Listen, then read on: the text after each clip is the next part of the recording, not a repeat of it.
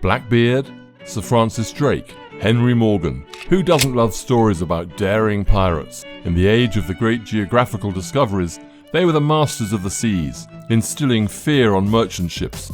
But in our time of the internet, space satellites and aircraft carriers, it is difficult these days to imagine a Jolly Roger fluttering in the breeze. However, from 2005 to 2015, maritime piracy cost the world billions of dollars. The threat had reached such proportions that the major powers had to join forces to fight the sea robbers. In this episode of How It Was, we'll explore how an entire pirate empire grew up on Somalia's desolate shores and how modern-day pirates collected their ransom.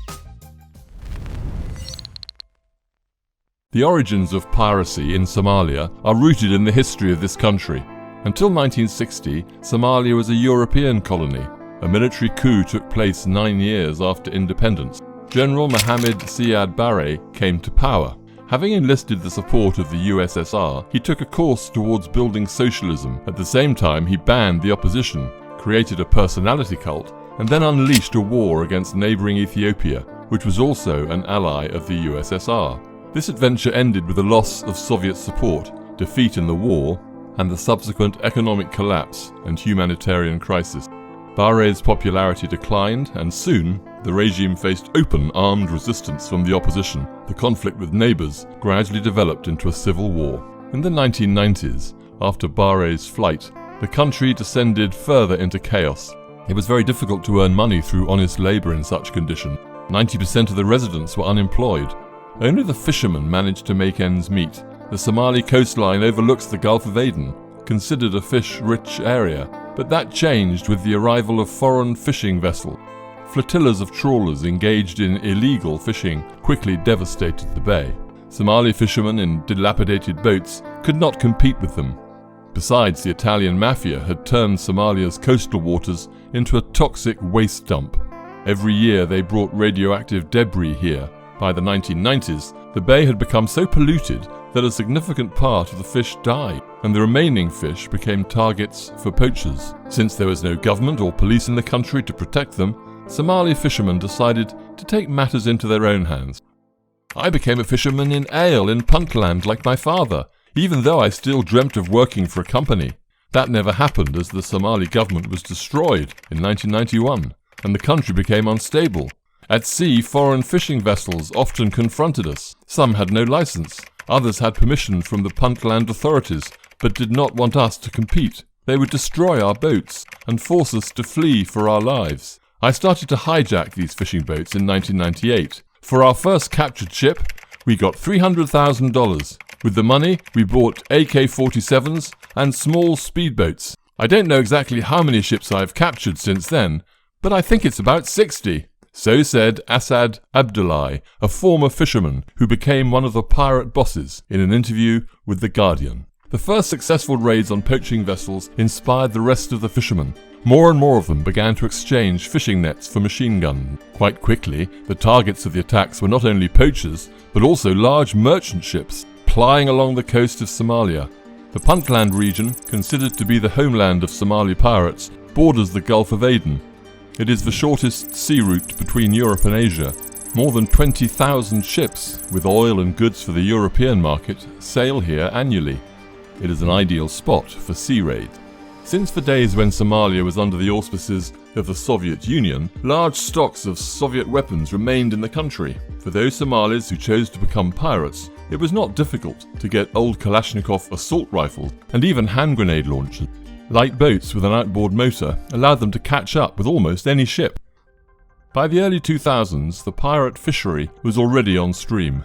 There was no need for the pirates to patrol the sea. Accomplices from neighbouring harbours informed them about ships going to the bay. Having received the necessary information, the armed pirates boarded one or more boats and set off in pursuit.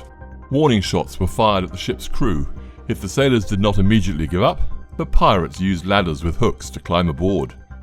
In the beginning, the only problem for pirates were ships with high sides and high-speed ships. Capturing them in small boats was almost impossible, especially under the powerful pressure of water poured down from above upon the unexpected guests. If the pirates did manage to get on board, they rarely met resistance. They would send the captured ship to one of the port cities of Ale or Garakad in eastern Somalia, and while professional negotiators discussed the terms of the ransom with the vessel owners, the captive crew lived on board under strict supervision for months, sometimes even years. The ransom amount, as a rule, ranged from $300,000 to $1.5 million, although in 2011 the pirates managed to get a record $13.5 million when they hijacked the Greek supertanker Irene SL with 2 million oil barrels on board. Since almost all raider operation was sponsored, the pirates paid back part of the profits to investors and divided the rest amongst themselves. The heyday of piracy came between 2008 and 2011. During this time, according to some estimates, piracy brought in up to $650 million. The sharp influx of money had a beneficial effect on the economy of Puntland. This was especially noticeable in the city of Ale, the unofficial pirate capital. Many restaurants and brothels opened where pirates could spend the money they earned. They bought expensive cars, built luxurious mansions, and lived like kings compared to the rest of the Somalis. Piracy had become the most popular occupation in the country. Any Somali boy, when asked, "What do you want to become when you grow up?" answered confidently, "A pirate." The number of people directly involved in the seizure of the ships was small, but there were many other roles in the pirate industry. The number of people who make the first attack is small, normally from 7 to 10. They go out in powerful speedboats, armed with heavy weapons, but once they seize the ship, about 50 pirates stay on board the vessel, and about 50 more wait on shore in case anything goes wrong, a resident of the pirate capital told BBC journalists.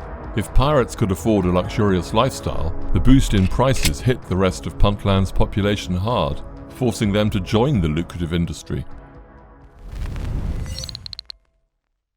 In the eyes of most residents, pirates were not criminals. On the contrary, they were heroes who defended Somali waters from the encroachment of outsiders. The pirates themselves felt the same way, claiming that the required ransom was a sea tax. After all, there was no government in the country to control the sea routes. The pirates grew more and more reckless every year.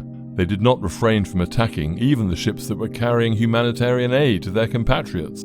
The area of attacks also significantly expanded. Cargo ships could not feel safe even in neutral waters, far from the coast of Somalia. In 2010, pirates hijacked the Russian tanker Moscow University, 930 kilometers off the coast.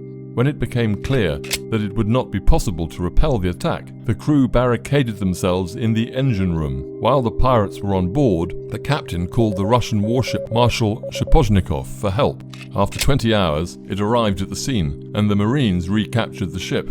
According to the official version, they released the unlucky pirates by dropping them into an inflatable boat with a food supply, but after the incident, videos appeared on the network with Russian military men shooting at a boat filled with people. The authenticity and authorship of these videos remain unknown, but they gave rise to a new version that the pirates were simply shot. The problem with pirates also affected Ukraine. In September 2008, the MV Faina, a Ukrainian cargo ship, was seized. 17 of its 21 crew members were Ukrainians. The vessel transported Soviet tanks, anti-aircraft guns, and grenade launchers to Kenya. Only the payment of a ransom of $3,200,000 returned the crew home. Fearing capture, the owners of ships passing through the Gulf of Aden began to hire armed guards.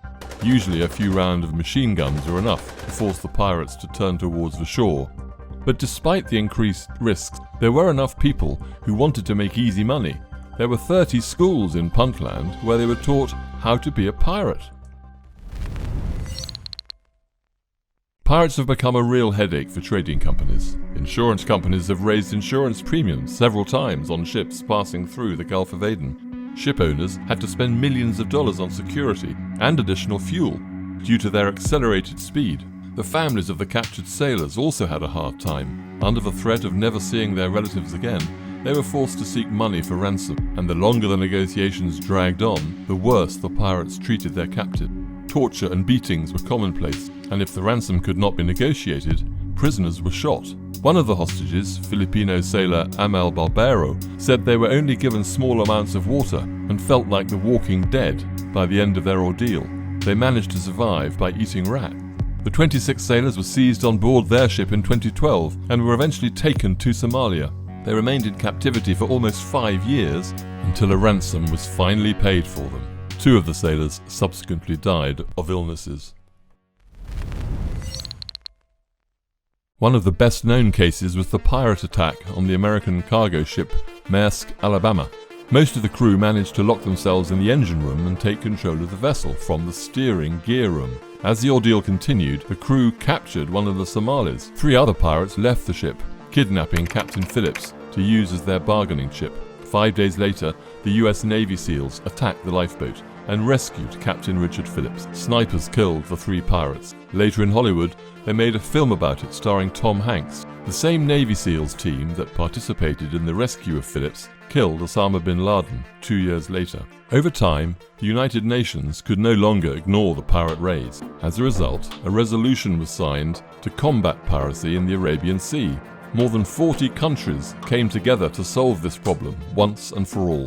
The anti-piracy campaign was named Operation Atalanta. Soon the Gulf of Aden began to resemble a military training site. Warships from the United States, France, Canada, China, Russia and other countries patrolled the local waters, protecting merchant ships and hunting pirates. At the same time, the European Union formed an effective coast guard consisting of local soldiers. Soon they were joined by a special squad funded by sheikhs from the United Arab Emirates. Interested in keeping their oil tankers safe, they hired instructors from the private military company Blackwater, and those in a short time created the best combat unit in this part of Africa.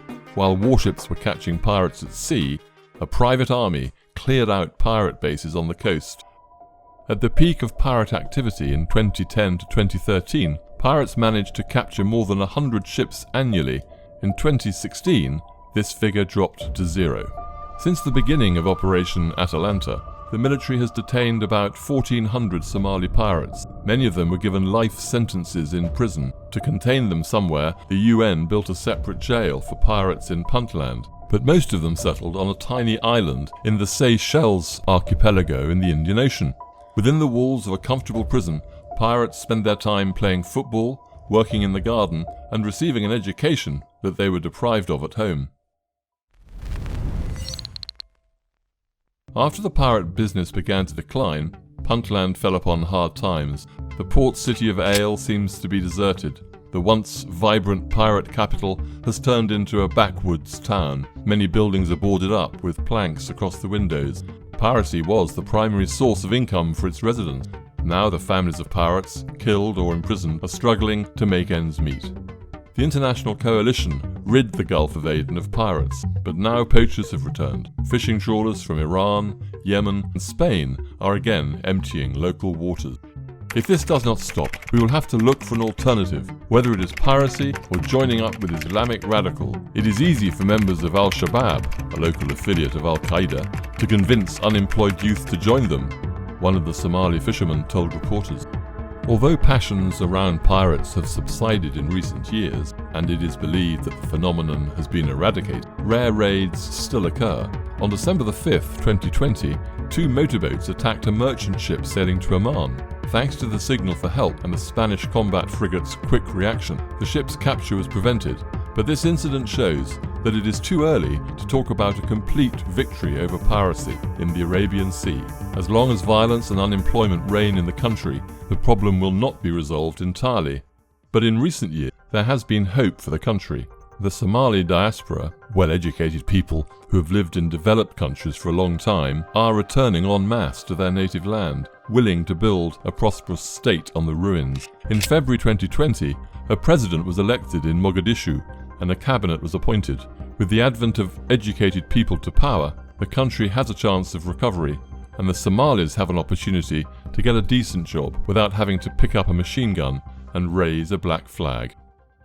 We're done here. Please write in the comments what you think about the heroes of this video. Don't forget to like this video and subscribe to our channel. See you soon.